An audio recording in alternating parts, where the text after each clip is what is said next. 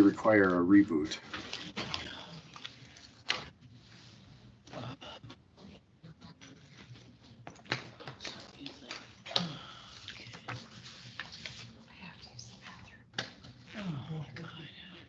So why don't you do that, Ryan, if you want to do what you need to do?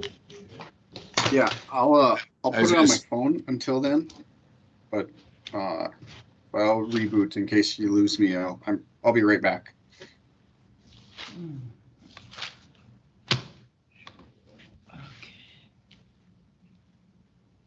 So I was going to let him have the honors to be today's leader. So he's going to get all his publicity that he's leaving the governor's office. We got to at least get one more hold out of him.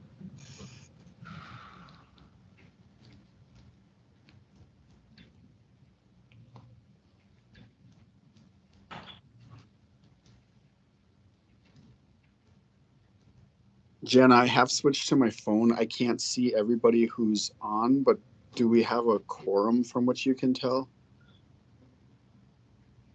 Let's see. I see Julie, Scott, Judge Ramonic. You got Scott. You got Scott. Yes. Veronica's on. So 6, at least, what I see. So yeah, looks like it. Let's see here. All right, well, we're There's 4 Carl. minutes past.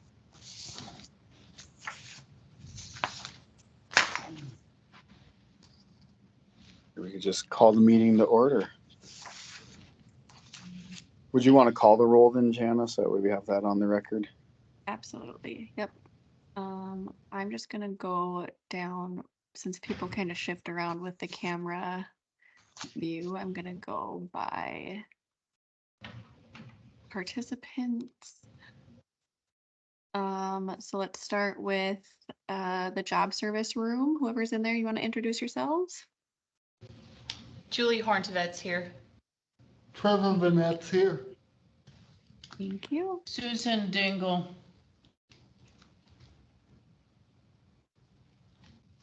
Is that it for you guys, Julie? Sorry? Is that it for you guys? Yeah, that's it. Yep. Thank you. Carlotta? Okay. All right, Carlotta McClary with Mental Health America of North Dakota. Thank you. David Klein?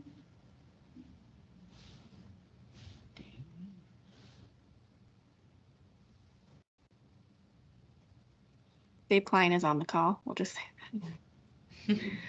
that. Deneen? I'm here. Deneen Feist, Family Voices. Becky Gustafson? Becky Gustafson with Protection and Advocacy. Jennifer? Only one Jennifer on today? Yep. So that's me. All right, Jennifer Henderson, North Dakota Housing. Thank you. Julie, we got Jeannie. Jeannie Kroll from North Dakota Assistive. Melanie. Melanie Gaby from the Alzheimer's Association. Thank you. Cheryl. Hi, I'm Cheryl Merck with Money Follows the Person Housing Program. Michelle.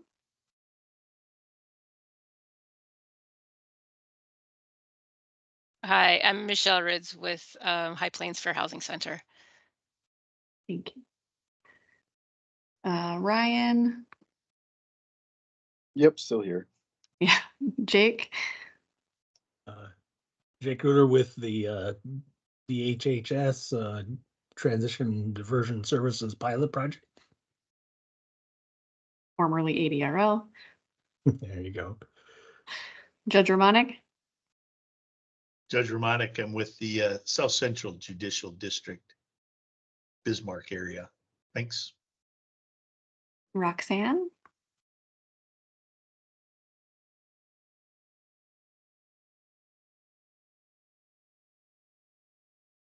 I think I heard you say Roxanne. Roxanne Romanic, Designer Jeans, North Dakota. I'm on as a guest. Thank you. Scott. Hi, I'm Scott Burlingame with Independence Incorporated. We are in Minot. Trina.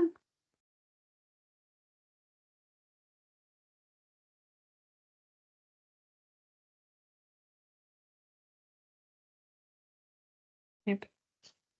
Trina Gress.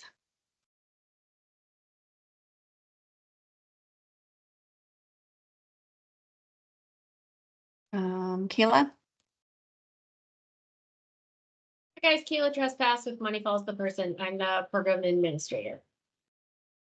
Thank you. And Wally. Yep, citizen member. Jordan. Hi, I'm Jordan Wetzel with Protection and Advocacy and the Workforce and Technology Project. Maggie.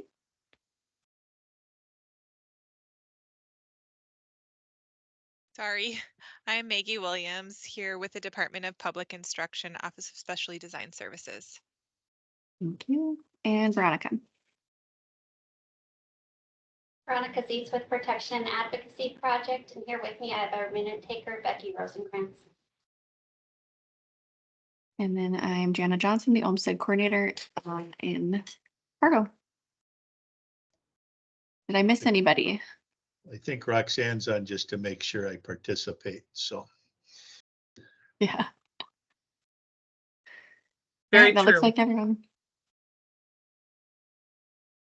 Say we thank Becky Rosenkrantz for sitting in for us. I appreciate that. Or is she back on staff? She's supposed to be retired, right? I am retired. Just doing minutes. Thanks for helping out. You're welcome.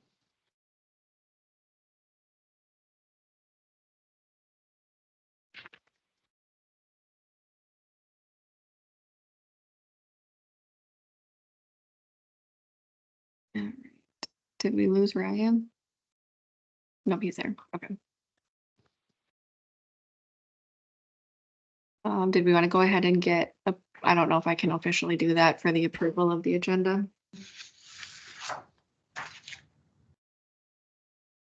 Brian, do you want to do the honors? Sorry, I'm having technological difficulties of a magnitude I have not had yet.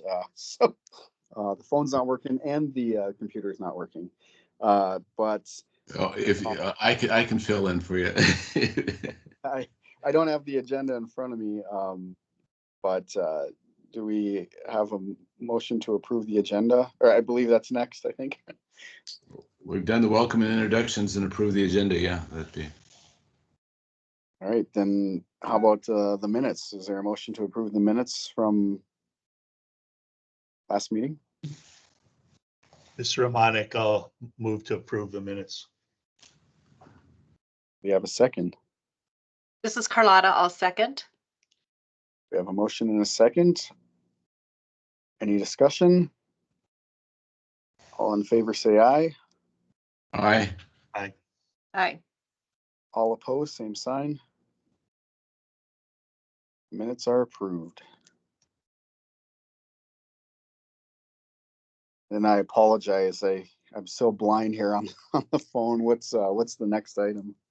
I can take over for that part, Ryan. We have Jordan Wetzel. She's going to give an update on the workforce and technology pilot program that Protection and Advocacy is currently working on. So we can just give the floor to Jordan if she's ready.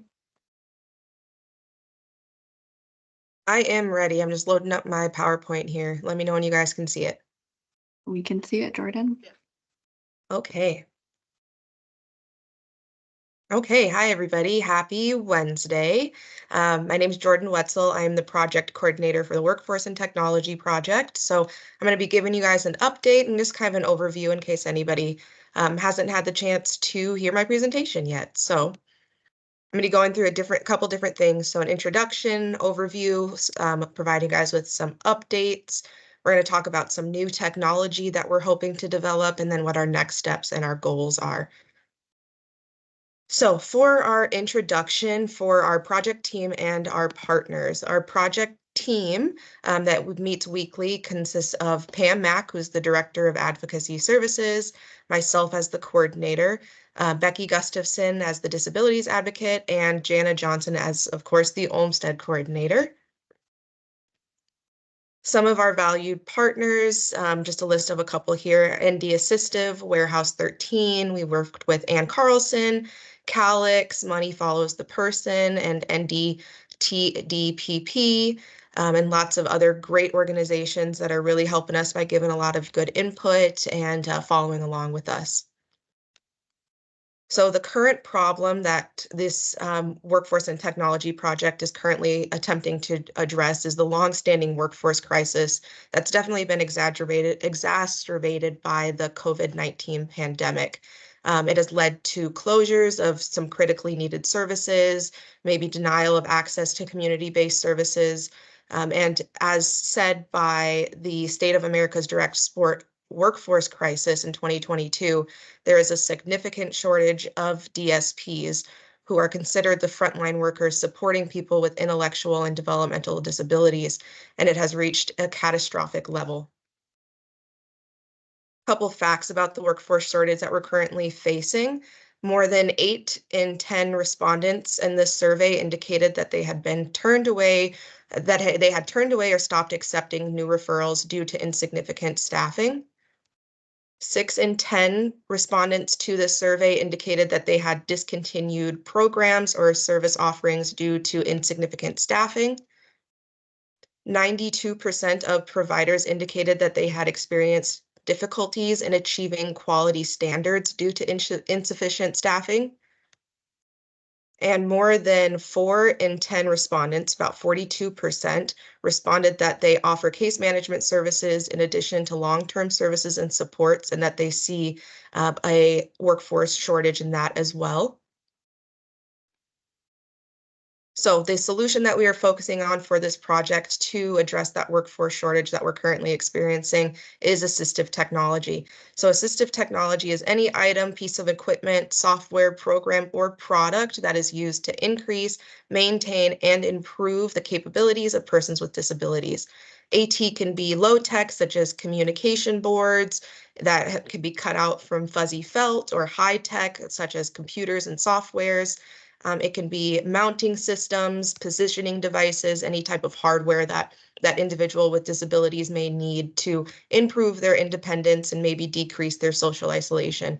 So lots of different things that assistive technology can include, and like I said, including those wheelchairs, walkers, even a pencil holder and eye gaze technology. So a lot of range there for what's available.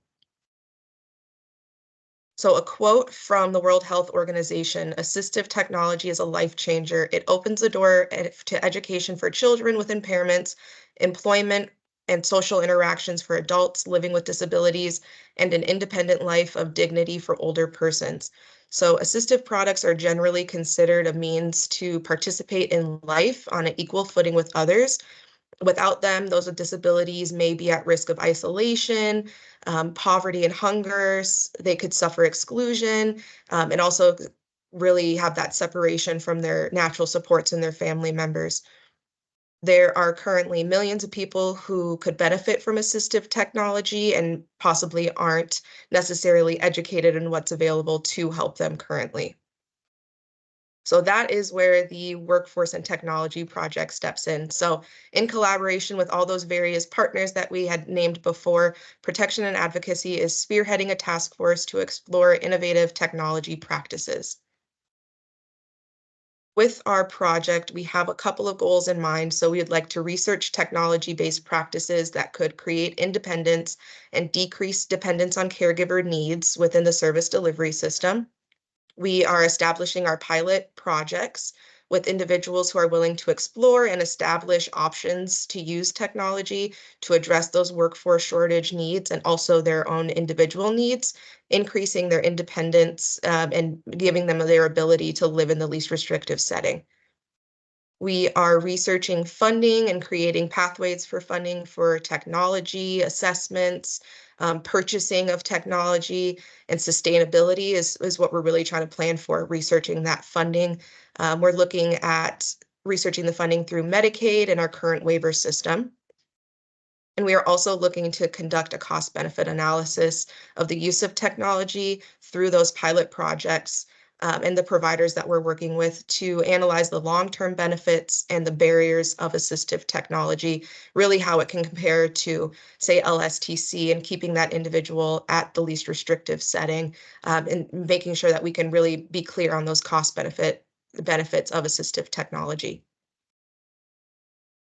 So after that overview, I'm going to provide you guys with a little update on our pilot project and what we've been doing and what we're going to, what we're currently working on. So planning and selection. So we received referrals and requested referrals from our partners to help identify the pilot participants.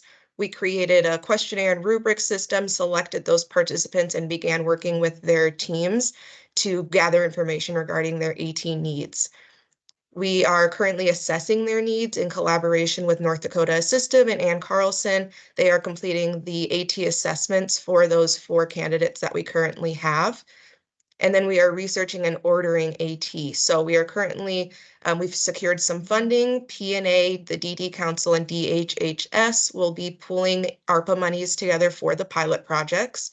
We are going to create estimates and collaborate with North Dakota Assistive and Money Follows the Person to secure that AT for those pilot projects. And we are also creating some new assistive technology, working with our exciting new partner, Warehouse 13, as well. So those 4 pilot participants that I mentioned, I just want to give a brief overview of who they are and what we're hoping to demonstrate with each one. So for the first participant, they are transitioning from living with their parents and currently on a waiting list for an apartment. Their AT assessment is currently in process with Ann Carlson. They are on the DD waiver and qualify, hopefully, and we'll be working with NDTDPP.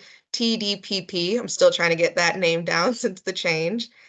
And some of their needs that they have are prompting, accessibility, safety, and medication management. So some of the needs that we're trying to address are maybe independence when it comes to personal hygiene, prompts and instructions, creating an accessible environment such as door accessibility in case they need to get out if there's a fire, helping with their scheduling and agenda, as well as implementing some door sensors, stove sensors, medication management, and other assistive technology. For our second pilot participant, they are currently residing at LSTC, but looking to soon transition to their own apartment. Their AT assessment is in progress with ND Assistive, and they are on the DD waiver. We are also working with MFP to help secure some of that funding for the assistive technology. And some of their needs include medication management, safety prompting, scheduling, and nutrition. So this could be assistive technology that helps prevent overeating, such as a fridge lock, and hopefully limiting some access to some of that food that you can overindulge in. Creating easy accessibility to call staff when this individual is triggered, such as maybe if a smoke alarm battery is beeping, that might trigger them, or if there's some changes in weather, that might be scary. We want to have ample opportunity to notify staff when that crisis has arrived and when they need that potential intervention from the staff. We also want to create a way to notify staff when they are maybe leaving their apartment or going out on their own, just so that there can be constant contact with that individual as well. Something really cool for this individual is they are a gamer, and we are looking to implement some type of assistive technology to help them really implement a schedule and create that schedule that they can go by so that they're not just gaming all day and, you know, not taking care of other responsibilities. So that's something really exciting for that pilot participant as well. For the third participant, they are currently living in their own apartment and using ResHab. They participate in DayHab, and they've transitioned from the Ann Carlson main campus. Their AT assessment has been completed, and we were able to review it, and exciting. We're going to meet with them tomorrow to figure out which of that AT we'd like to implement first and getting that list together for those estimates. We've been meeting with Money Follows the Person, and we are hoping to get funding from them as well. We've been meeting with Kayla to figure out what can be covered and what shouldn't be covered.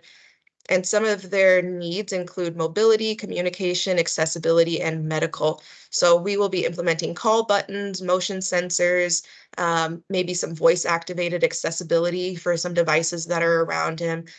There will be different device stands, medical monitoring, and then we're hoping as well for a ceiling lift for this individual. And for the fourth participant, they are currently living in their own apartment. They've transitioned from a basic care facility.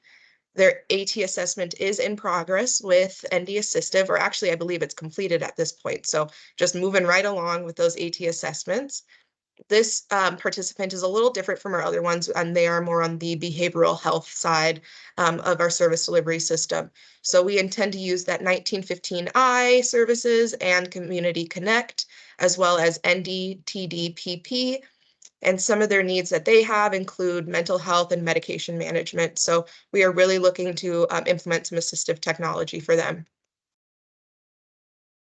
Next, I'm going to move on to how we plan on addressing needs with assistive technology and give you guys kind of a sneak peek of our collaboration that we're doing with Warehouse 13. So we are working with Ted, who is the CEO of Warehouse 13. And in his proposal, I thought he put some really great quotes that I wanted to include with you on what our efforts are going to be going towards. So we are looking to provide technology in such a way that allows at-risk or individuals with disability to gain the freedom to live somewhat independent lives while being remotely monitored to ensure their safety and well-being. This technology may also be utilized for nursing homes to alleviate qualified staffing issues and for the at-home care population that is growing in rapid numbers. So hoping to address a lot of different settings and implement this assistive technology to anyone throughout the state that's in need of it. So a couple items for background on our project with Warehouse 13. So we're looking to create technology that can enhance training in many ways, such as providing access to information, feedback, and as well enabling personalization and different analytics for that individual so that the staff has a good idea of how that assistive technology is working, and combining that with human interaction. This is going to foster engagement, motivation, and social learning. And by combining the two, we're going to create a rich and dynamic learning environment for these clients and for these pilot participants, and hopefully for everyone who's in need of the assistive technology throughout the state that can help them align their objectives and their outcomes.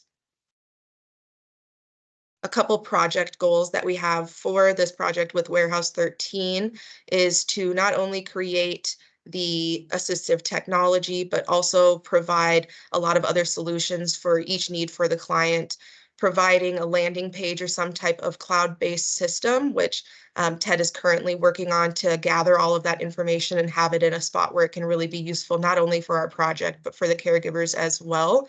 And we're going to create a solution. Let me make this a little bigger so I can read it a little bit more, but creating different solutions with different types of hardwares and softwares and different components, and really getting creative to address any needs that are throughout the state. So the technology that we are creating, so Warehouse 13 will be creating a universal hub that will allow us to implement a lot of different devices, including proximity and motion sensors, fire alarms, open and closed door sensors, a smartwatch called Health Guardian, a smart mirror, and other sensors and control devices. So for the smartwatch, the Health Guardian, there's some health features on there that are really exciting, such as heart rate monitoring, O2 monitoring. It can check blood pressure, skin temperatures, and track activities like sleeping timelines. We also have the mirror that will be able to send and receive data to the main hub and interact with the client as well. So really give them that information, such as prompting for personal hygiene, while still updating the staff members on their daily activities. Some other features that we're really excited about are hopefully GPS tracking for that smartwatch, so that we can kind of have an idea of if this individual goes off course or gets lost. It's going to be able to display messages and alarms. We'll have fall notifications and emergency notifications that will go directly to their caregivers or staff members that are assisting that individual. So besides working on this new assistive technology, some of the next steps and goals for the project that I'd like to go over include conducting a cost benefit analysis. So we want to prove that the AT is a more cost efficient solution for the workforce shortage than other options, and will really increase independence and decrease social isolation. We'll be gathering information from LSTC, nursing homes, state hospital, hourly wages, and daily rates for each pilot participant to compare to our data on assistive technology. Through our successful pilot, we want to show the potential for savings, along as increase, of course, the independence and decrease social isolation, like I had mentioned.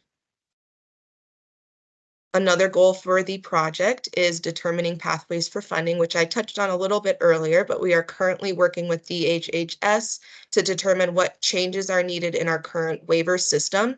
The goal is to make AT accessible for the entire aging and disability population in North Dakota.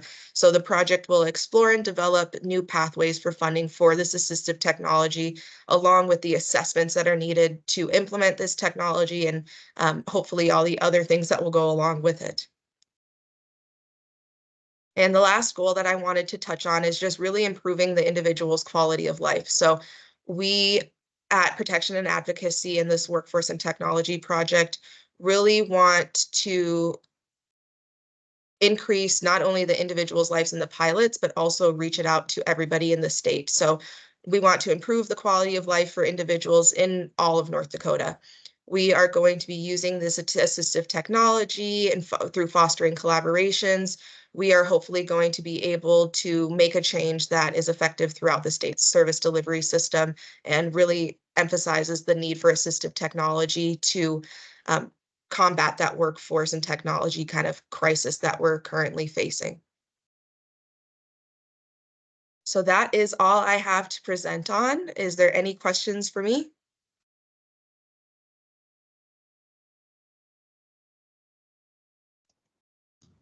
All right, well, I have my email listed. If anybody has any questions or any ideas. Oh, there we go. We got a hand. All right, Jordan, this is Judge Romanek. I guess my question is, as I listen to the technology portion, great. Is there thoughts to, we have, for example, you have 10 providers. Can we spread those providers out over more people because of the technology, or is it going to become, like you said, less contact with humans? You go 50% technology, and then we can cover them with the shortage in people that we have. Right. Or that doesn't work. I don't know if that's kind of the thought process or.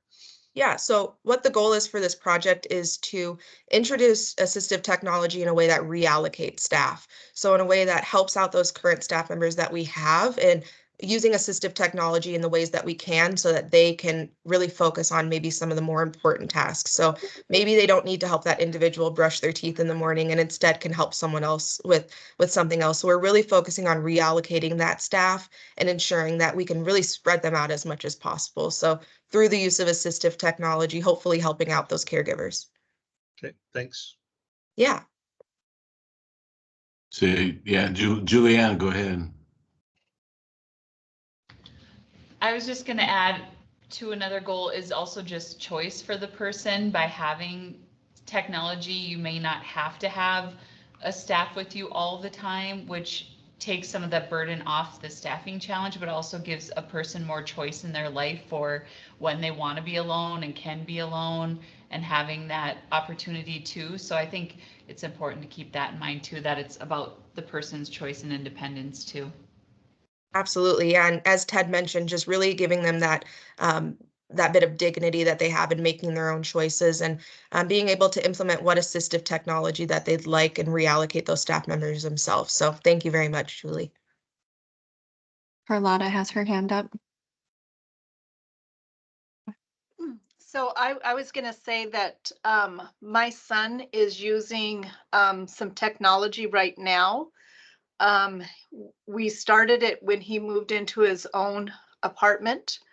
He had support staff, but in addition to that, he had a technology device that would do, did alarms on the doors and safety features. It allowed, because he is not necessarily able to call for help himself.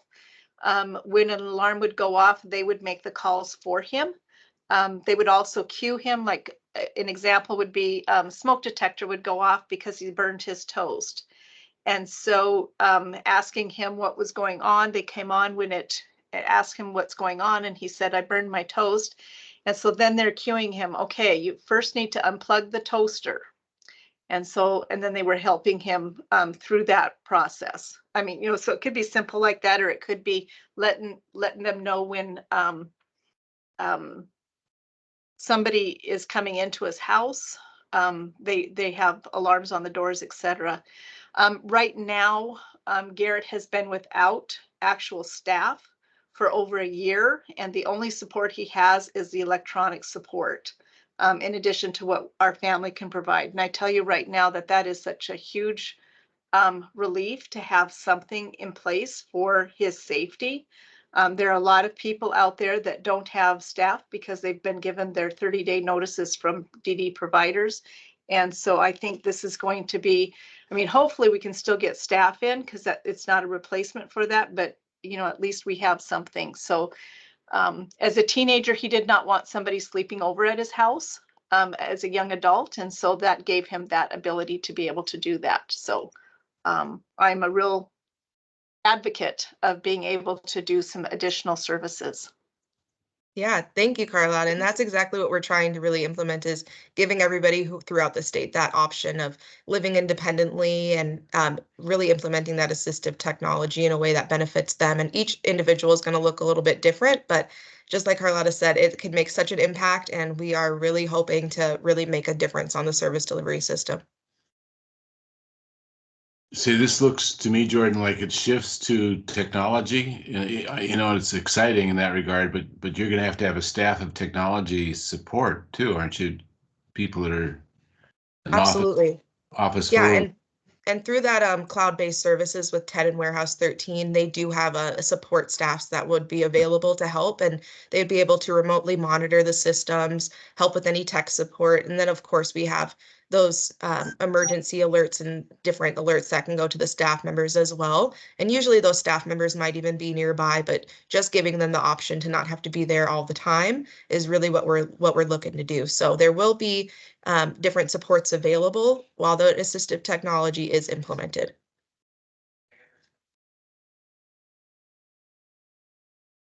Yeah, I'm just wondering what that'll look like in terms of support staff too. You know, much like you monitor crisis calls, would that be similar? I mean, you know, I'm thinking of public services like, you know, ambulance, other things where you're dialing in when you have trouble. Yeah, absolutely. So there's kind of what we've talked about before, and with other organizations that have implemented assistive technology, is almost like a call tree where it starts off at the top with the support who's closest, and if they don't answer, then it rings the next one and rings the next one. And in situations where, you know, a fire alarm is going off, or if the individual potentially presses their call button for a crisis, that it can directly go to paramedics, it can go to the police. So we're hoping to implement that into this technology as well. I was just going to say too that I'm on the committee here with Jordan, and one of the things that we were able to do is see what was going on in Moorhead, actually just on the other side of the state here. Jordan and Jana and I went and toured a facility in Moorhead where they're actually implementing it right now. So they essentially have staff housed in an apartment 24/7, and they're responding to all of these active alerts. So whether it's a door alert where a door gets opened and doesn't shut, or it's a oven that's been on for, you know, it's each limit is different depending on the needs of the individual. So let's hypothetically say 30 minutes, if the oven's been on or the stove's been on, there's an alert that goes to that staff. And so I think at the time that we toured that facility, or that provider, I should say, I think they were serving around, was it 30 or 40 individuals, so 40 different sites. And I think we were concerned at that time at what point would you add another person? And they hadn't gotten to that point yet. But right now they essentially have that calling tree where the staff member is there 24/7. So they have an on-duty awake staff that's overseeing 40 different apartments with different alerts catered to that individual. So it was really nice for us to be able to see that in action. And really reallocating staff in a way that they can be spread out for more individuals and their needs. So thank you, Becky. Yeah, and I think going back to what Julie said, these individuals essentially were living in like ICF setting, so the highest level of support on the Minnesota side. And really, maybe it was because of some safety concerns. And so they didn't necessarily need to live in that highest level of setting, but they needed to because of safety precautions. And so if we can mitigate that risk with assistive technology, which is our hope, they can live up in more independent life. And so that's kind of what we're looking at with the project. Just one other question. You know, I look at it from a legal standpoint too, that are there some privacy issues that are involved? As supportive as this is, you still feel like you get Big Brother checking on everything for you too. Yeah, absolutely. And we had the opportunity to work with a couple different states and have meetings with them, such as Tennessee, Ohio, Washington. And we did kind of talk about that, the legal aspect of assistive technology. And one thing that we really learned is like limitations on cameras and not having those cameras really invading someone's privacy. So using motion sensors instead, or other things that can notify without implementing or without taking away their privacy in their setting. So we are definitely looking into that and hoping to learn more and more before we get this assistive technology implemented, so that we have all of the, we're sure about what's, you know, legal, and making sure we aren't infringing on someone's privacy. And one other comment, just looking at some of your earlier slides, it really almost emphasizes how underserved we are in many areas, you know, and this would be a great step forward, but it looks like as a state, with the percentages you were talking about, that, my goodness, we have to do more, have to make more effort as a state to serve more folks too. And this is a great start, but my goodness, we're a lot of underserved folks right now. Absolutely. And the numbers that I did present on are for the nation. It's for the country of the United States. But we are definitely, as I've talked to different organizations such as Calix, I've been able to hear the testimony that they are experiencing that workforce crisis as well. So really hoping to help out with that. Any other questions for me? Well, thanks, Jordan. That was a very nice presentation. Really appreciate it. Yeah, absolutely. Feel free to reach out to me if you have any other questions, and I look forward to meeting with you guys at a later date too. Thanks, Jordan. Thank you, Jordan.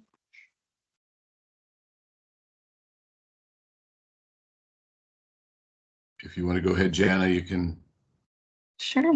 introduce the next agenda item.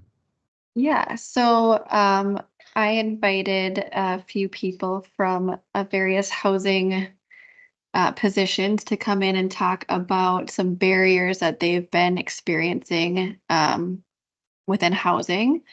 So Cheryl, Dave, and Michelle, I know you introduced yourselves on roll, but if you want to hop on.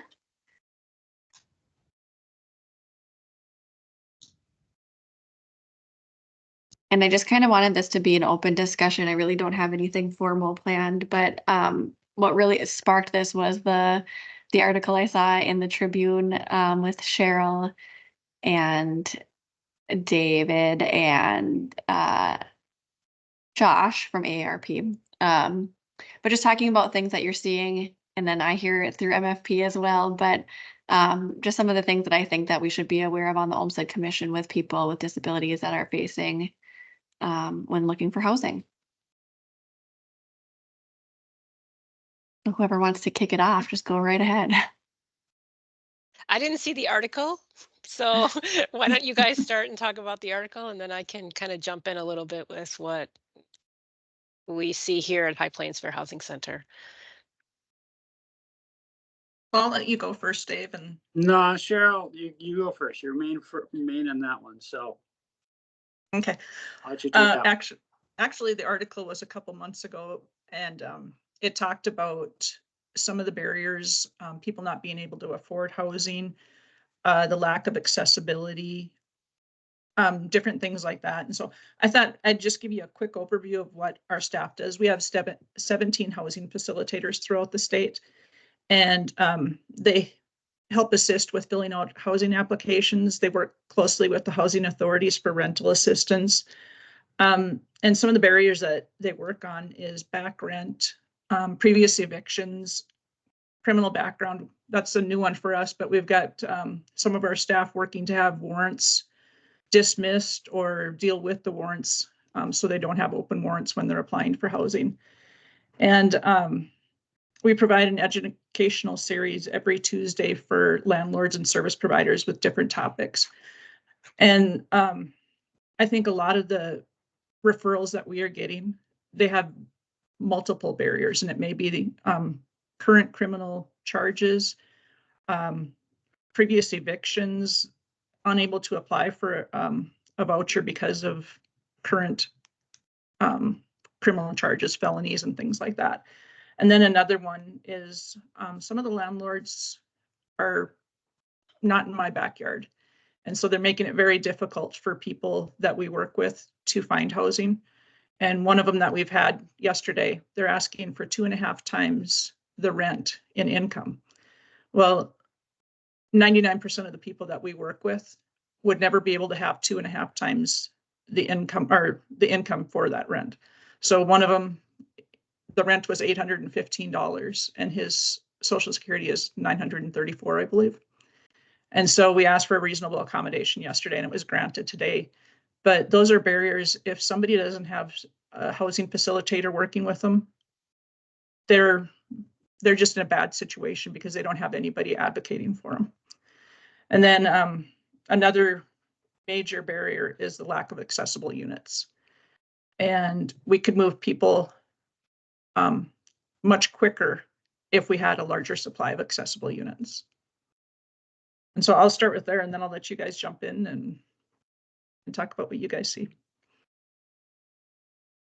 Yeah, so High Plains Fair Housing Center focuses specifically on education outreach and enforcement of the Federal Fair Housing Act. And the one thing that, I just wanted to say, and I think Cheryl mentioned it briefly with the reasonable accommodation, is that the Fair Housing Act has two purposes: one, to stop discrimination, but also to promote residential integration. I think that it really is relevant here when we talk about persons with disabilities, because for so long, people with disabilities, and that's why you're all here, were, segregated and outside of the community and kept, in houses, and kept in institutions. And so now it's just trying to work on that integration piece. And I think High Plains has taken over, we take over like 1,200 calls a year, but specifically fair housing calls, 611 last year. And of those 611, we had I think it was 65% were for persons with disabilities. So in addition to all the work that Money Follows the People does, High Plains works a lot with persons with disabilities that don't have the, the housing facilitators, and trying to keep them housed. And I think the biggest things that we're seeing, I did write down some, is that we're still seeing when it comes, and I think Cheryl briefly mentioned this, when people are applying for housing, there's a chilling effect. So they're asking about people's medications, they're asking about people's disabilities, they're asking to, if a reasonable accommodation is requested, they're asking for access directly to their doctor, so that they can, have their doctor fill out their forms, which is all, could be a violation of the Fair Housing Act. We've seen, if you've been into any of our trainings, we talk about this, but, just misrepresenting availability or denying access to units because of someone's disability. So we've had people turned away because they're in a wheelchair, where they've been told, oh yeah, it's available. They went to take a look at the unit, and when they get there, they say, oh, I'm sorry, it was rented out. I didn't realize my wife had rented it out. And so that's an issue. Then we called back and we found out, no, it was available. They just didn't want to rent to someone with a disability. So that's kind of a blatant denial. Sometimes it's much more subtle. We've had in Bismarck, there was a woman with an oxygen tank who wanted to buy a condo. She was denied because it was a second floor unit, and they determined that it was going to be too difficult for her to have that. That's again a violation of the Fair Housing Act. We've seen a lot of people being non-renewed and evicted based on symptoms of their disability. So something like, maybe whether it's like a seizures, so they're calling the police and then they'll get evicted or non-renewed because too many calls to emergency vehicles, or if they're having just behavioral issues that needs to be treated under the Fair Housing Act, that would be that could be unlawful, because a landlord should be able to make a reasonable accommodation before non-renewing someone. So that's another one of the issues we've seen. Steering, we see people being steered, persons with disabilities being steered a lot towards certain units and certain buildings. We see a lot of issues with reasonable accommodation. I'm sure Cheryl does too, as well, with emotional support animals, just being denied or being charged more, and that kind of thing. Other barriers, the financial issues, right? In statewide, statewide, 39% of residents are rent burdened, and with a 10%, almost 11% poverty rate, and then 26% of the state's renter households have extremely low incomes. You need to have a certain annual income to be able to get a 2-bedroom apartment, and it's low. Finally, agreeing with Cheryl about, just refusing to accept housing assistance. North Dakota Rent Help, was people not wanting to accept that, housing choice vouchers, whether it's the payment standard or whether it's outright refusal. Those are some of the issues that we see. Criminal background check is huge. And again, Cheryl mentioned the history of eviction, and High Plains did do a event in Fargo. I think over 200 people showed up talking about fair housing and eviction, and talking about what we can do with the high eviction rates. And so I think that is an issue that I think we're going to try to pilot something in with the Homeless Coalition about eviction background, that kind of thing. So that's it. That's what I have. Dave, you're up. I'm up. We've seen a lot of different things, including what both Cheryl and Michelle brought up. Thankfully, we have been working really well in close partnership with them. And but we've seen a lot of issues regarding criminal history, but we've seen a lot of issues. It doesn't matter if it's typical landlord or even tax credit, looking at what the criminal history, rental history, even credit history, what that landlord may want, but may not be upfront about what they are looking for. They don't have to state what they are looking for in any of that. So we've ran into some of those things that we know are very big barriers to receiving and finding a unit.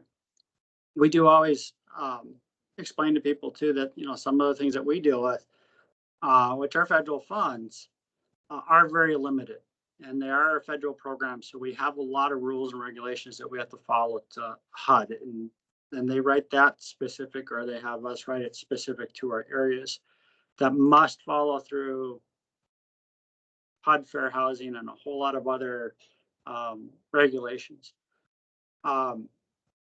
So we've seen some of those things. We have seen a lot of intimidation, whether it is by an eviction or saying that you're owed on something.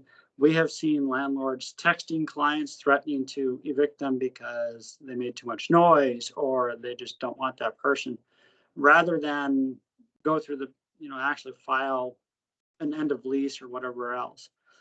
Under the voucher assistance, which is a HUD program, North Dakota has one of the highest attrition rates. So we see one of the highest rates in the country for tenants being turned around. And with that, it's over 20%. With some areas, including my area, which is Stutsman County, we are at 31%. So 31% of our clients turn over each year. And that it takes a lot going through and things. It takes a lot in explaining to people what their rights are, what questions to ask, and helping them feel comfortable in asking them. So if they need a reasonable accommodation, please ask. But it, make sure that you're explaining what it is that you're asking for, and understand asking for the moon just might not be part of that issue. But it is something we see a lot. The call I was on actually before this was, I was on the call with the FCC and National Consumer Law Office in regards to that we are seeing numerous utility companies, specific internet companies, working with landlords to mandate internet plans. So you must participate in our $70 a month plan. Well, internet's not a utility. It's an optional thing. And so now you've made it something much more expensive to rent, something outside of that realm. And if it's in the lease, it's also something if they didn't pay, they can be evicted for not paying, and which is the case that we have already experienced. So we've seen a lot of different things, and Michelle can tell you, I try to follow a lot of this stuff with a lot of interest and heart, because it is something in which experienced my whole life. My dad happened to have been totally blind. And even in trying to rent something in Grand Forks, as my dad was a realtor and a mortgage banker, at points, he was asked to prove how it was he could use the bathroom without making messes by landlords. And this is something that, we see often. We try to see what things we can minimize. But there have been a lot of different practices lately. The stuff Cheryl brought up has become more and more common, of landlords just saying no to somebody that's receiving assistance. That actually HUD OIG is investigating right now within the state of North Dakota as well. And so many of us are being quizzed on that currently with some different surveys and calls. I want to pick up on what you said, Dave, about intimidation and harassment of people with disabilities. I'm surprised and shocked how many people are, how many adults are bullying people. We've seen it. We've seen landlords when somebody has a disability, like you said, whether it's a payment thing or whether it's a, behavioral issue, kind of bullying people and telling, threatening them. That could be a violation of the Fair Housing Act. So that's an issue that surprises me, and we've seen it several times. And we've seen it, recently. We have about 3 cases that are, us pushing back to landlords about other tenants harassing somebody with a disability. So I didn't mention it, but yeah, that's a really important. And I will mention, and it's not a barrier of discrimination like that, but it is a barrier, and that is that the funds a lot of us receive to help with rental assistance is very limited. Yep. It is a congressional appropriation down through HUD to every area. And everywhere in the country is out searching for affordable housing, accessible housing. And so it's nothing unique to North Dakota that we're in short supply of both the units and the assistance. And as unit prices go up, that assistance helps fewer and fewer people. HUD does not increase, or Congress does not increase the budget based on need. It is just, here's what we have, divide it up. You need to take clients off, you need to take clients off. And so it is a barrier that we run into, and each agency is tasked with how it can assist within its local jurisdiction to better provide within what those programs need. Then I'll jump in a little bit just to talk about the discrimination piece too. We've had landlords contact one of the housing authorities to find out the payment standard so they can be just above that, so that they don't need to take somebody who has a Section 8 voucher or a mainstream voucher. When asked about it, they said there's other people who will house those people. And then there was those people are low income and they have nicer countertops than are in my unit. Next thing you know, they're going to want a large screen TV. And it's heartbreaking to hear these things and know that if we place somebody in one of these units, they're going to be dealing with that landlord. We had one yesterday that my staff member received a call and she said, I have 2 buildings.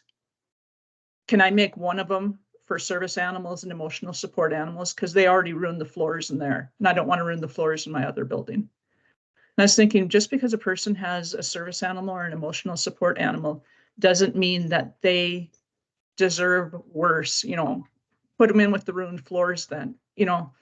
So the mindset that some of the people that we're working with is really heartbreaking. Yeah. So I want to check. Senator Lee has been very patient with her hand up, and I know she would be good to join this conversation as well. So sorry that I was late. I had a meeting on elections that was going long.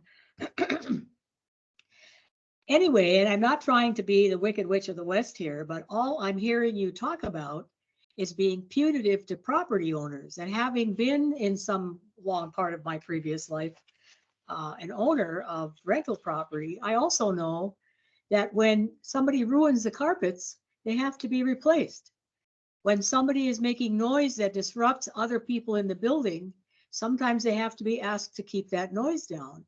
You know, the idea of looking at this as being punitive towards the property owners who have several tenants to whom they have to be responsible in a building. I don't want to live in a building with lots of animals, which is probably why I live in the house that I do. And this house has never had an animal in it. So it's just, people have abused this service animal situation. We've had legislation about that in the past. That's been really a problem. Because people will have all kinds of strange animals or critters that they want to have as service animals. So don't assume that all of those requests are perfect. But as a result of hearing all of these complaints about how terrible property owners are, and some of them may be, but I don't think the majority are, this is an investment that has to be protected. They have to make mortgage payments on these buildings. Every expense that you incur because somebody has damaged that property, for example, ruining floors, is something that does not allow you to come out even on that building. The other thing is, half of my day today has been spent on talking about services to people to help them collaborate. We want service providers to collaborate on meeting the needs of the people in the community, whether it's behavioral health, whether it's some kind of other disability that's going on. And I'm not hearing anybody talk about working with any of the facilities that are available within our communities to provide the kind of assistance that these individual tenants might be able to benefit from having in order to address some of these issues. So if you're just going to sit around and think about how bad all the property owners are and not have some kind of connection and referral network with some of the providers of services, the human service zones, the behavioral health people that are present in every school building, and they're not experts, they're connections to an expert. But those kinds of folks that may be able to address some of these issues to assist the person, then we're not going anywhere with this. So I'm just, I'm not trying to be a jerk about this, but you got to think about how, if the problem is with the people's actions are not acceptable. And I don't think not paying rent is an acceptable thing. You can figure out what's causing it and figure out how you're going to work with it. But, you know, you just can't have somebody moving in and then not paying rent, because you could be renting that unit to somebody else. So now that you're through, I'm glad I'm not there because you could throw rotten tomatoes at me, but you got to think about the other side of this. And also, why is there no collaboration with the service providers who might be able to assist these tenants in some of these other areas? Whether it's finding a job, whether it's assisting, don't tell them what to do, but get them in touch with somebody who can help them do it so that they can be successful in that spot too. So I'll shut up now and you can tell me why I shouldn't think that way. I I'll can say answer like, that. oh, oh, go ahead, Cheryl. Well, Judy, I appreciate what you're saying. And we were asked to come and talk about the barriers. Right. We work with some absolutely amazing landlords. We have ones who will who keep somebody longer than would ever be necessary trying to work with them. And with our position, we're the housing facilitators, and with us comes a transition coordinator and home and community-based services. So that helps the person be successful in those units. I'm not saying that you should keep somebody if they're not paying rent. Treat them the same as you would anybody else. Do the eviction notice. You're in the position to own these businesses, and your job is to make money at those businesses. So I'm not saying you keep somebody because they don't pay rent or because they cause damage. You treat them just like anybody else. But what we're looking at today, we were asked to talk about barriers. And some of the barriers are they won't even give a person with a disability a chance because they won't take a housing voucher or they won't take ND rent help. Some of these people just need a little bit of a boost. And when you said help them with income, our staff helps them fill out Social Security. They help them fill out the SSDI paperwork. We help them connect with Voc Rehab to look for jobs. And so we are doing that part too. But today we were just asked to talk about the barrier part.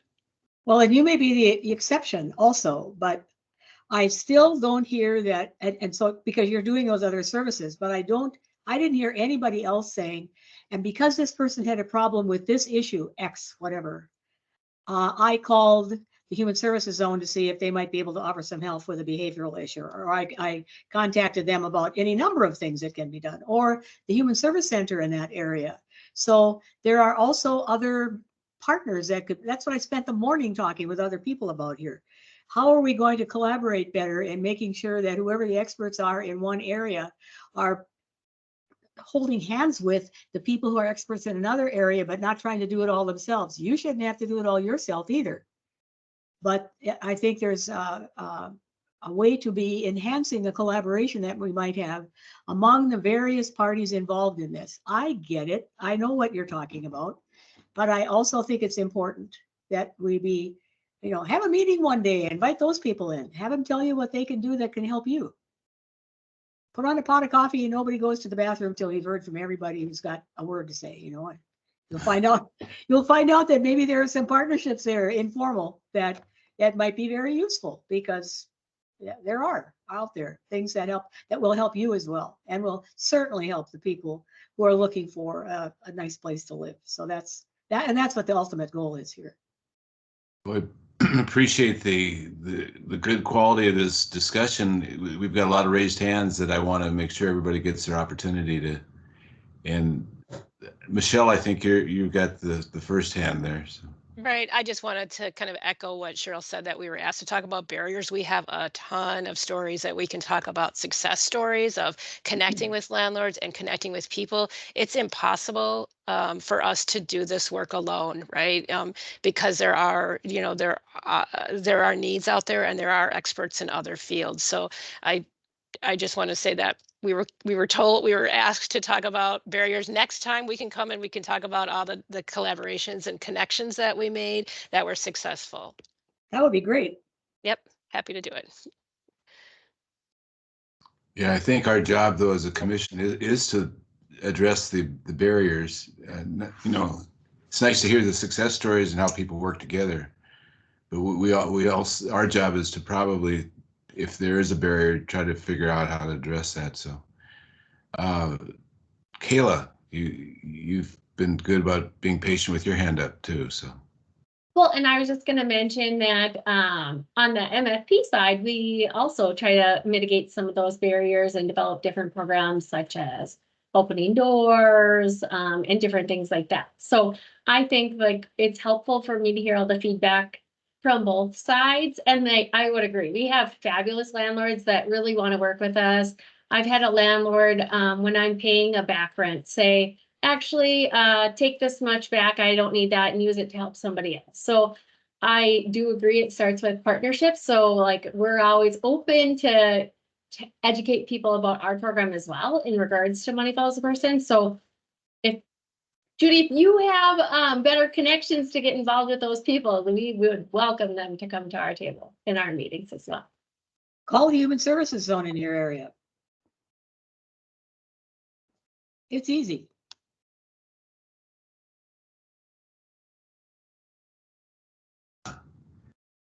as just their job's not easy either, but Jenna. No, but I mean, you can talk to one another about how you might be able to help. The point is, I want to hear what the barriers are, obviously, but I also want to talk about or hear us talking about the fact that not everything stops at the barrier.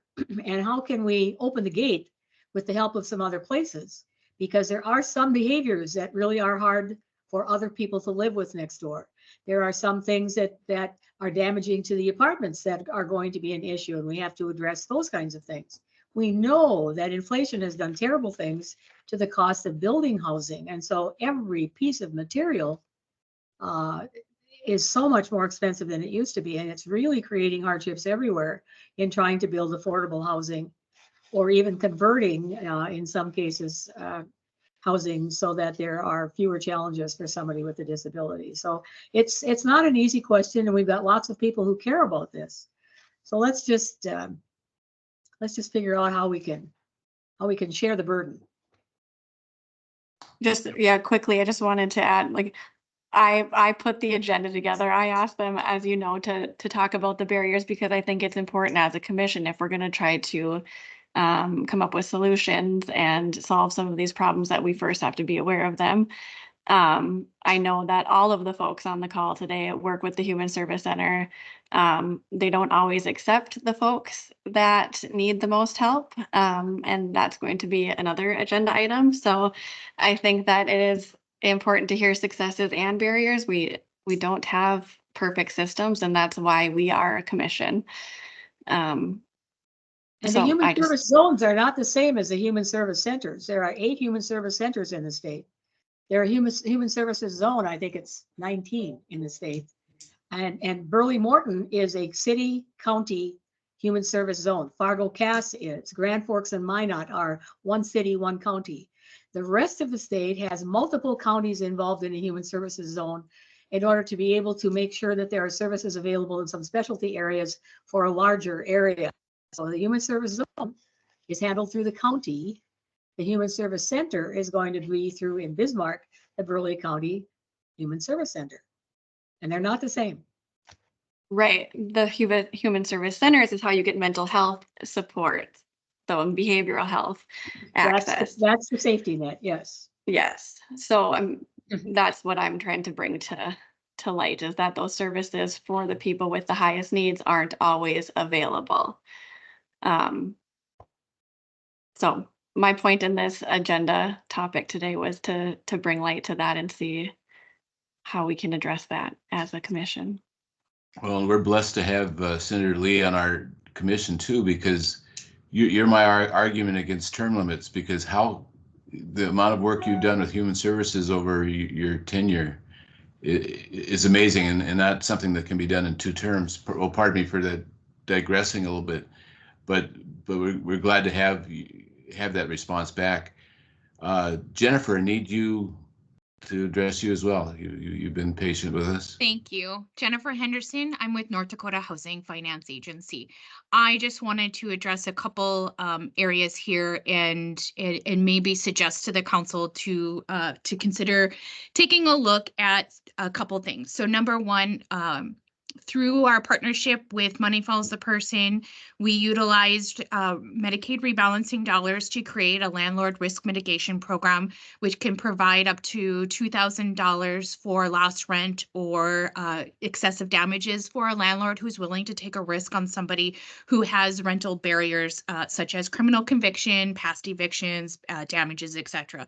So I do want you all to know that that program does exist. It has been somewhat successful. Some challenges with the program, though, is some workforce issues as it relates to the clients that are enrolled in the program need to be working with a supportive service provider who refers them into the program. So somebody like Money Follows the Person and the Centers for Independent Living that are working on transitions will follow that person and provide that supportive services. It's a perfect fit for that program. But anyway, it's there, it's available. We continue to try to identify funding to expand it further than what it is today, but it's there. And I think it is a true testament to the importance of supportive services for individuals being successful in their units and providing that protection to the landlord. But with that, I also wanted to mention that there is a study, HCR 3030, which is discussing rental and housing barriers. And I think that it is important for the commission to take a look at the work of that study and make sure that you are providing any feedback or input to the committee members related to programs that the state needs to consider, either funding, expanding, or anything to help with these barriers. But I do agree. Both sides are very important. We also work very hard to protect the property and the rights of the landlords and also the rights of the tenants, because we're kind of in the middle. They're helping both sides. So we want to make sure that we are protecting all of that. With that, I will just say that I appreciate all of you working, and I feel really strongly that some of these barriers, if we had more workforce that are able to provide the supportive services necessary to anyone who needs those services, we would have a lot less barriers to be addressed here. So thank you. Thank you. Carlotta, you've been patient too, so. Yes, so one of the things that we're seeing a lot is not always just getting a place to live is difficult, right? We've all talked about that, but it's also maintaining the apartment or whatever that they're renting. And one of the things that we're seeing is a lot of times the housing support needs for maintaining it. One would be if somebody has a significant mental health issue, having the stamina for cleaning, those kinds of things, how to approach that. Sometimes that can be very overwhelming. And the folks that are like in county housing have housing inspections. They're not always able to maintain that because of health issues. We've had some that have had health issues, but in addition to that, just some of their mental health issues in maintaining that. And so that in discussing this with the human service centers when we're going around, they said that is a huge need that they see in there is some more supports around maintaining housing for people because of the difficulty in this one area of just being able to clean and upkeep your place. Mm-hmm. Thank you. Representative Miscog, you had your hand up as well. Thank you. So with regard to what Carlotta just mentioned, that's very relevant information as we go into the next legislative session. And will you bring that forward on a priority list of some sort, or do you want to work with, I'd be willing to work with you, or will you work with the department on addressing that needs? I think housing is going to be one of the emerging needs and issues as we, with regard to our human service work in the next legislative session. So just Carlotta. So yeah, tenancy support. Okay. Tenancy support for people is really big and a big need. Okay. Do you know anybody that will take the lead on bringing that information forward, or is there some plan to work with DHS in advance of the legislative session to specifically address those needs? I'm not sure. We haven't really looked at it beyond. I know that it was, this came about sometimes because of our navigation work that we're doing with individuals, helping them access services. And it also came up as a priority session for the Consumer Family Network. So individuals with lived experience planning their own conference are wanting to try and have somebody to speak on this issue. And then we were trying to get speakers and talking to the human service centers, and they said it is a huge need out there. They're all struggling with it. And, getting somebody in to kind of help with the cleaning is something that is not paid for, something that's not affordable, but just what can we do to help people with those skills and how to overcome? I mean, depression can be extremely, motivation, you lack motivation, you have a tough time getting up and getting showered. So how do you have the energy to clean up your apartment and that kind of thing? So anyway, I think it's a huge need. I don't have an answer for it, but I do know that in visiting with Monica Hogan, the 1915I does have some tenancy supports. I don't know that they have necessarily providers at this point. So, but it is a big, big need. All right, thank you for that. I will keep that in mind, and I will hopefully have some further conversations with you about that. Thank you. So if anybody wants also to speak on the issue, make sure to raise your hand. Kayla has her hand raised at this point, but I was just gonna make sure the connection between the 1915I program administrators was made, just because they do have the tenancy supports. But again, if it's not working in the 1915I, that's where they need to be, reaching out to CMS and amending the state plan again in regards to what the service needs are of North Dakota. So just glad to hear that Monica's at the table and that connection has been made, because that is a service opportunity from the 1915. Cinder Lee. Please. Pam, yes. Pam Sagnas is the expert on 1915I. She submitted that to CMS and she wrote it. And it was the largest waiver request that had ever been provided up to that time. So if somebody's got a question about 1959, she knows all about it.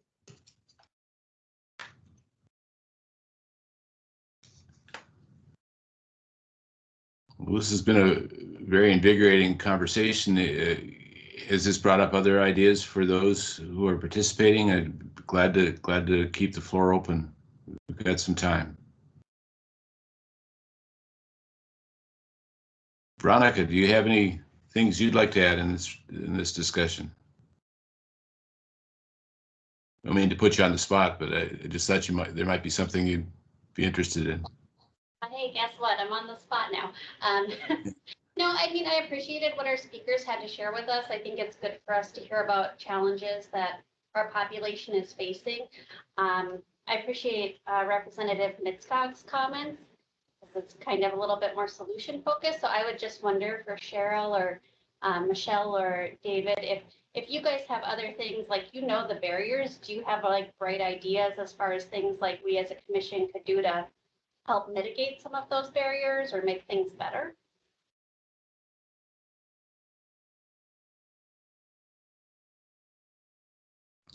Cheryl? Yeah. Yeah, one of the things that we've looked at for solutions, and Jennifer Henderson is on here, we have provided feedback for North Dakota Housing Finance Agency to include more accessibility and universal design features into the buildings that they're funding.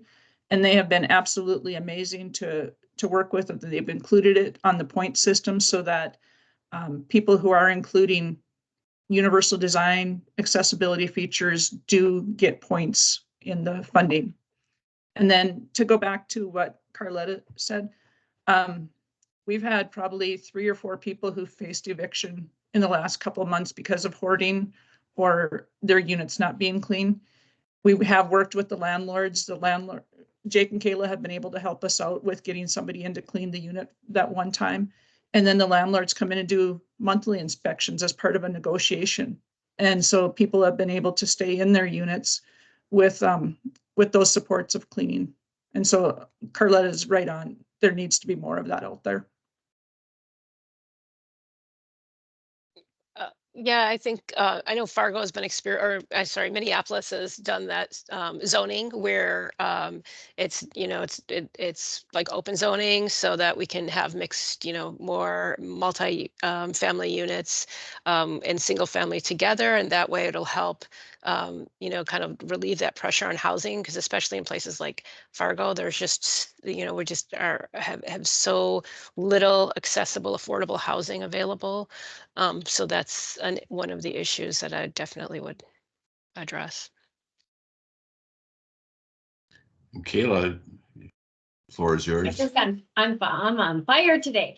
One of the other things that I've heard from other states and their ability to try to help house people, like based on rental assistances and things, is some states have a 1115 waiver, and that has provided some flexibilities in regards to some funding streams. So again, I don't know if the commission would ever take that forward, in regards to North Dakota adopting the 1115 waiver, and that lots of states have it. I would say Washington is a state that I think is using some unique circumstances under it, such as presumptive eligibility and perhaps some rental assistance that would come along with it. So I don't know where the commission would stand at that, and just like based on maybe developing some information and getting like a grid of what it would look like in other states. But that would be a suggestion I might have for the commission to look into.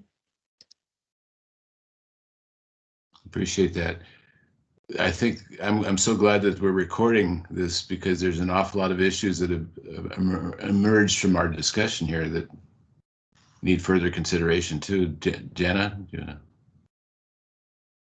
Yeah, I just want to say thank you to I know Minot State North High Plains Fair Housing does a ton of training too on for both landlord and tenant on rights and responsibilities, because it's a two-way street, you know. So people with disabilities have the same rights and responsibilities as everybody else, and landlords need to be upholding that for everyone, all their tenants. So we appreciate that for everyone, and thank you. But I think education goes a long way for everyone as well in solving these problems as well. Senator Lee, did you have a thought on the waiver you were mentioning? You're muted. Just that in my chat entry was that North Dakota has an 1115 waiver. Every state applies for its own waiver, so they aren't all exactly the same. It doesn't mean We that do we shouldn't not. look. No, I Senator thought that Lee, we did. I nope, thought that we we have- did have an 1115. Nope, we do not. We have multiple 1915C waivers. Yep. We have a 1915I state plan amendment, but we do Oh, yeah, I not know that. have 1115. That's a demonstration waiver. Oh, yeah. But we have not applied for that one yet. Thank you. We have talked about it then. Yes, we have. promise We've talked a lot about it, because they're very interesting, especially getting folks out of the state hospital. Well, that situation will be very different once the new buildings are built too. Yes.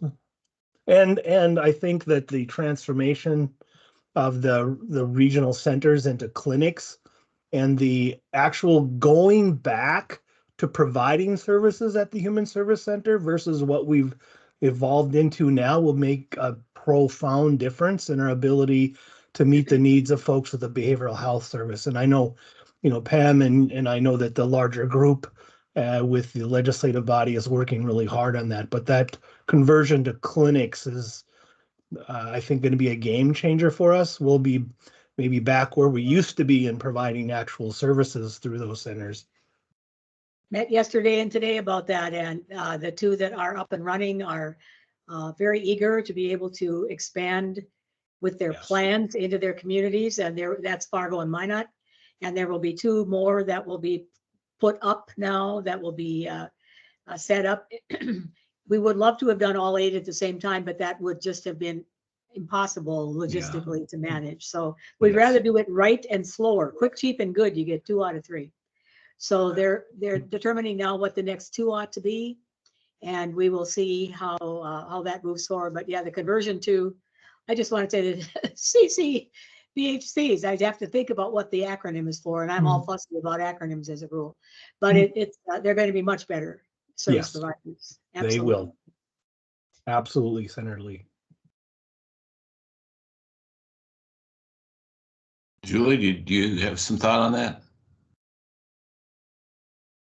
you wanted to share?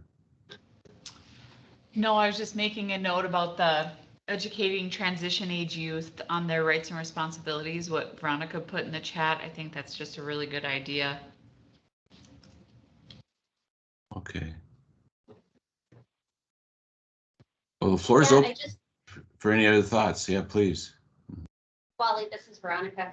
I'm just thinking that I know like a lot of all schools probably do all their transition plans a little bit different, and it just depends on what that individual needs. But I've heard of a lot of schools like having a day for transition age youth to learn about how to use public transportation, which is like an essential element of, you know, being a successful adult if you can't drive or won't drive.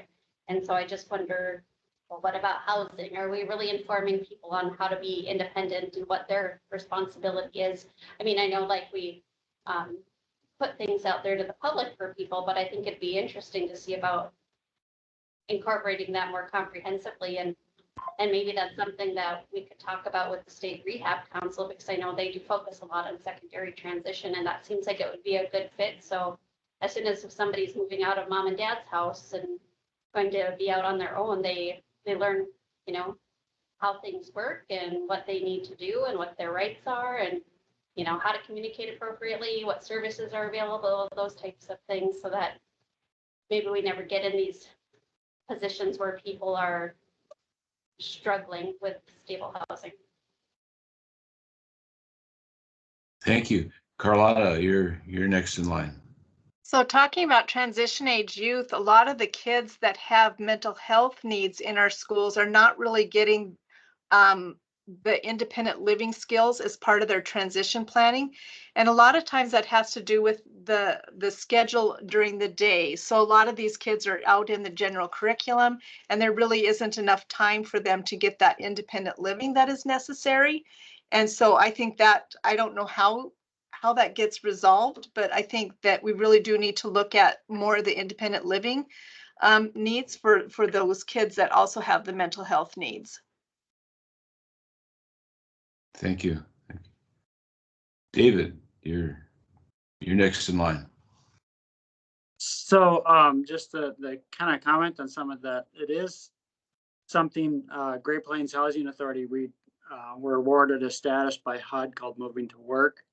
And one of the things that we are looking at doing, we have partnered with our schools and others on a lot of education components, and with human service zones and our centers and the state hospital and things.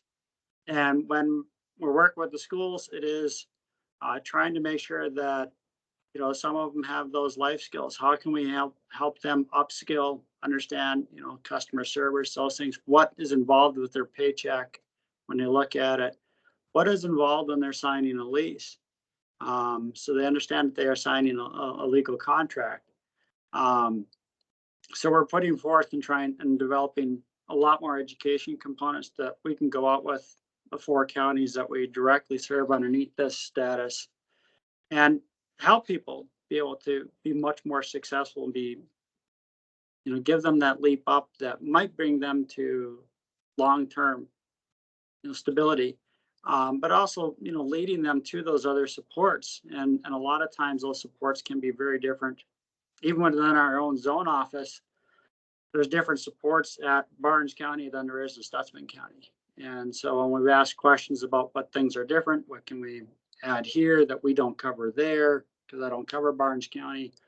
Some of the cleaning things does come up, you know, keeping places clean, and we want to be able to make sure that that partnership, you know, between the landlord and the tenant stay good.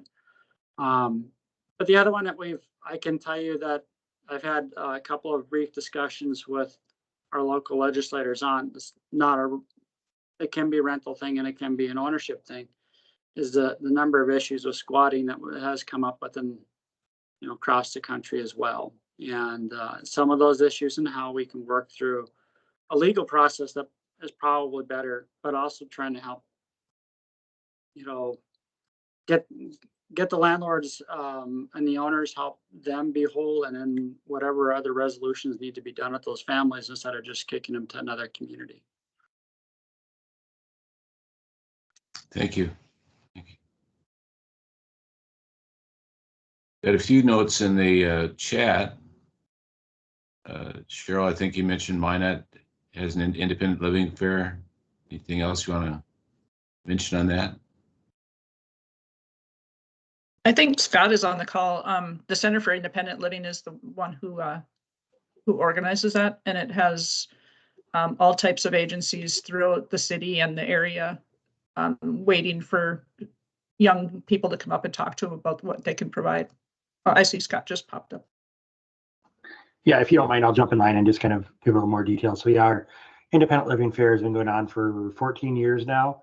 And we use it as an opportunity to bring together providers of all types of services, whether it be housing, employment, healthcare, recreation, kind of whatever we can find.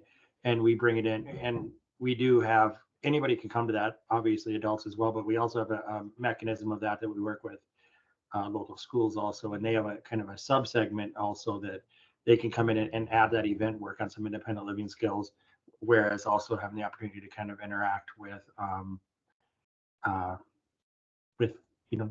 people and providers and stuff like that. So it's a pretty good kind of a hybrid opportunity to bring a few hundred kids together on a Thursday afternoon and provide them with a bunch of information and a little bit of training. So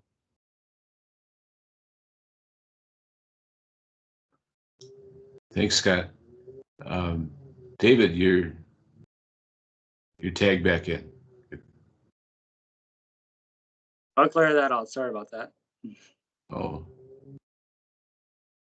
Say more if you want to. No, that's great. Are there any other thoughts for the good of the order? This has been really a great conversation.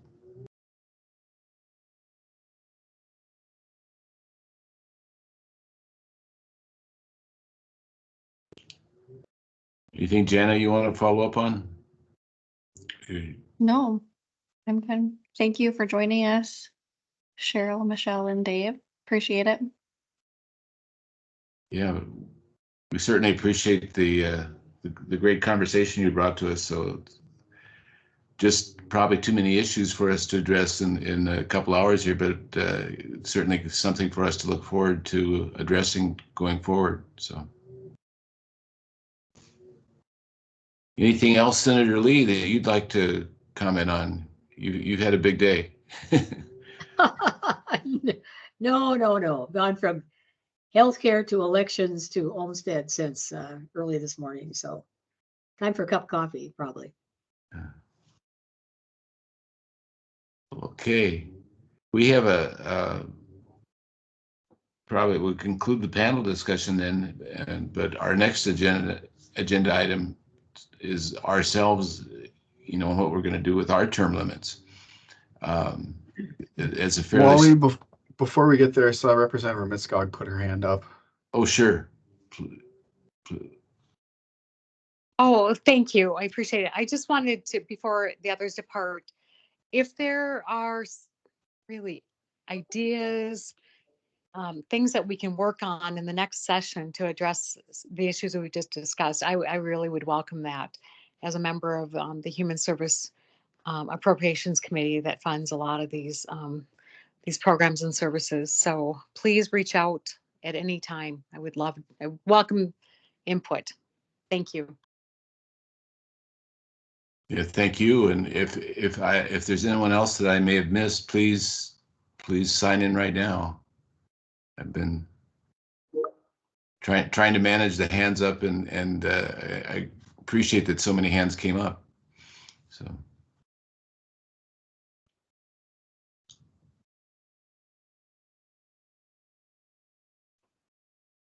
All right. Okay. Well, we'll go to the next agenda item is our commission planning, and surprisingly, we've reached the term limits on a number of members here that are allowed to have 2 3-year terms, and what we need to do about that.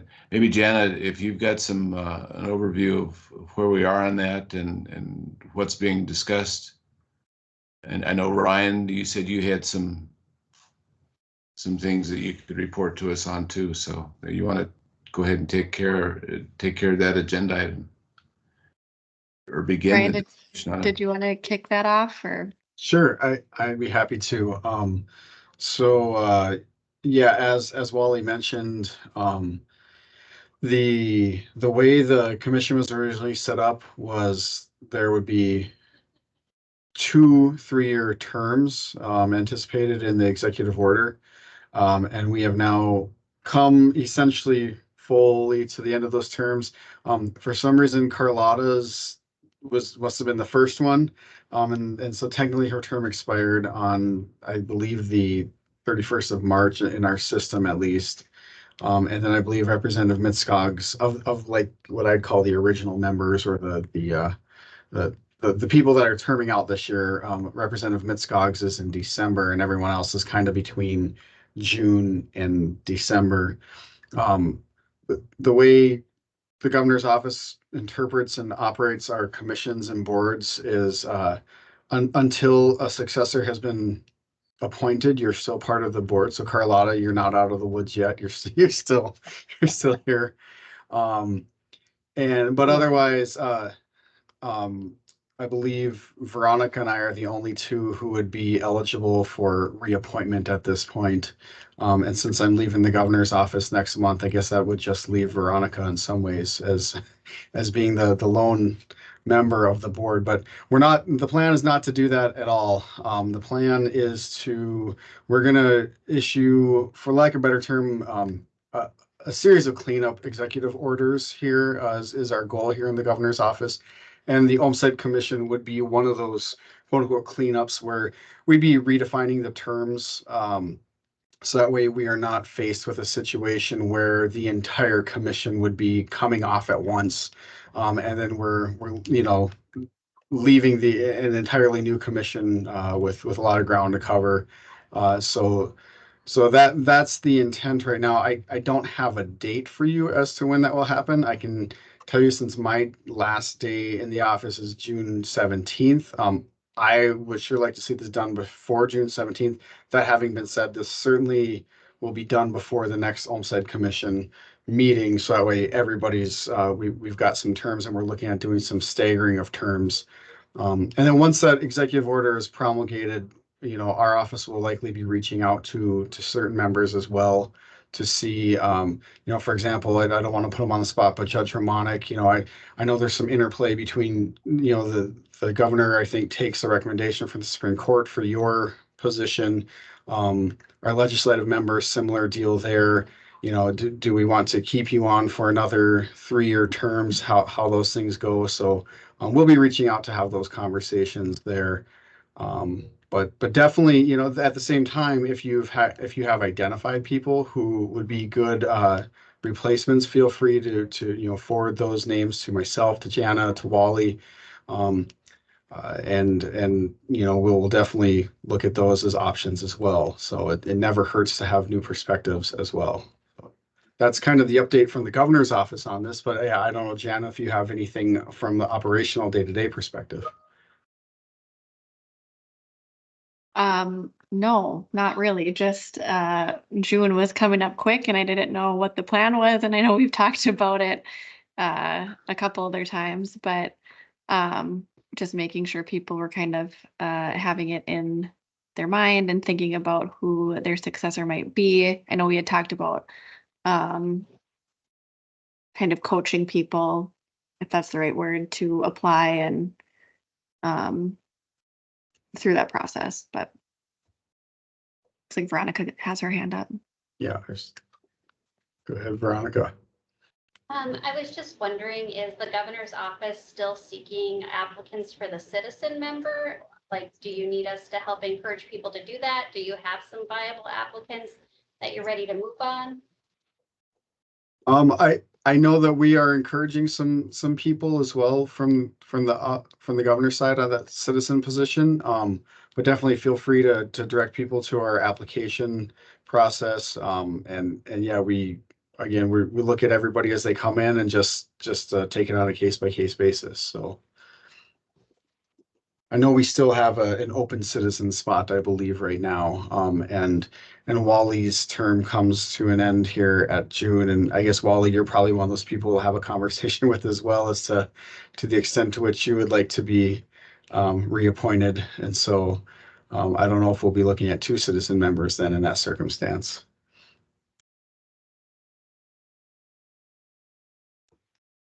Wally, you are very valuable as the chair at this point, so I would hope you might be willing to consider some additional time there with your expertise.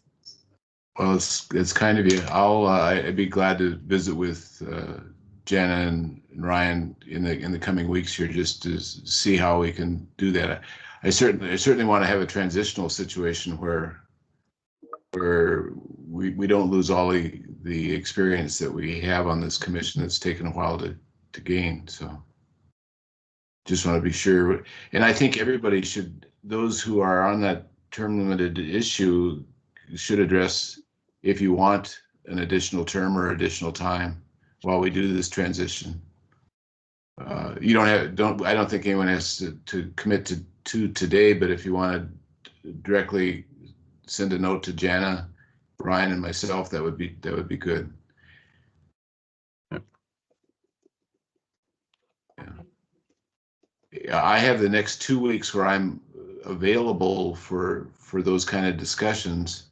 I'm going to be gone much of June, so I wouldn't be much help in the month of June, but certainly in the next couple of weeks, I'd be glad to help address this.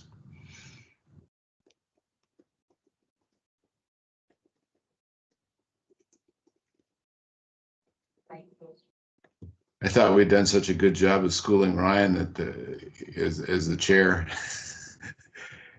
Of course, he could be a citizen member very soon here too. So I see there's some lobbying going on in the chat there for that. So definitely consider. Being encouraging.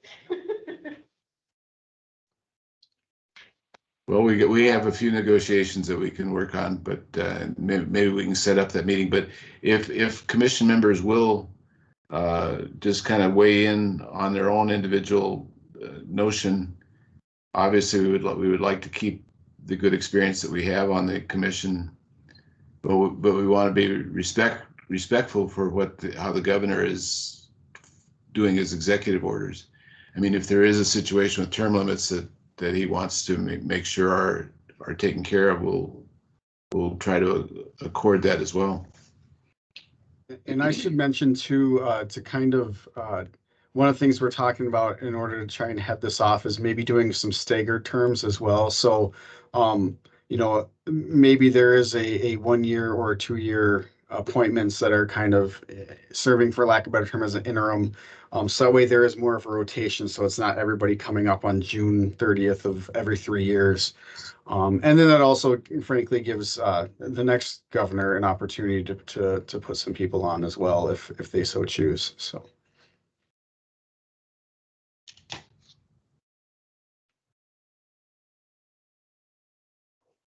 Well, Go ahead, Wally. Well, maybe we can get the governor to consider checking with his spouse if she'd be interested in this work. Maybe that's another good reason for Roxanne being here today. So just putting a plug in.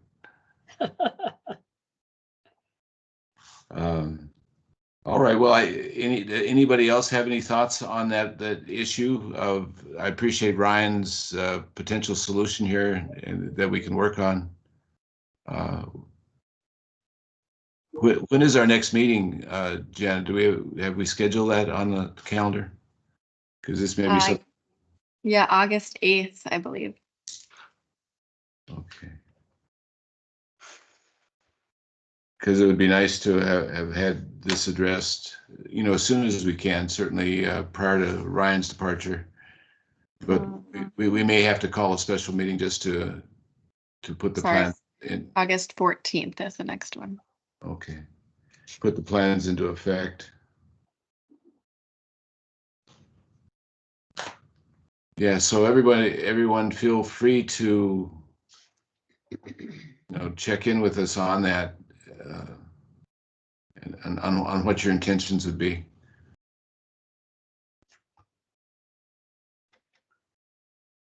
All right, well, we hit now the last part of the meeting. We've got 15 minutes, I think, or more if necessary, but we've scheduled this between 1 and 3.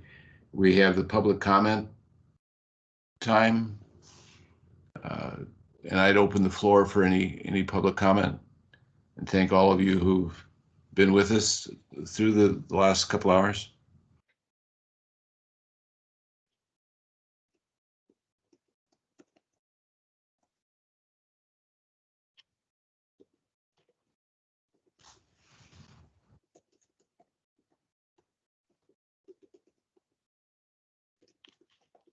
let's see. All the conversation on housing just so took it out of everyone.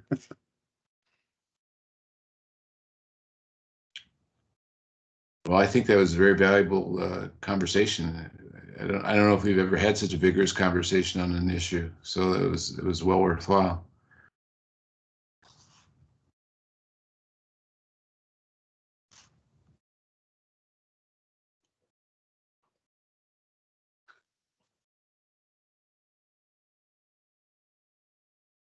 Well, seeing no comment from public.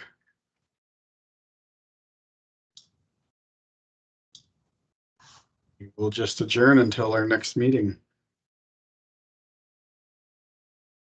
Well, we thank you all for attending today, and Ed. Thank you.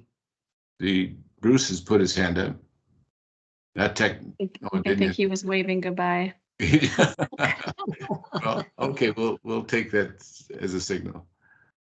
Thank you all for your time and attention and participation. We appreciate it a great deal, and we'll see what happens in the coming months. We've got some interesting work ahead of us. Thank you. Thank you. Thanks, Bye-bye. everyone. Appreciate Bye. it.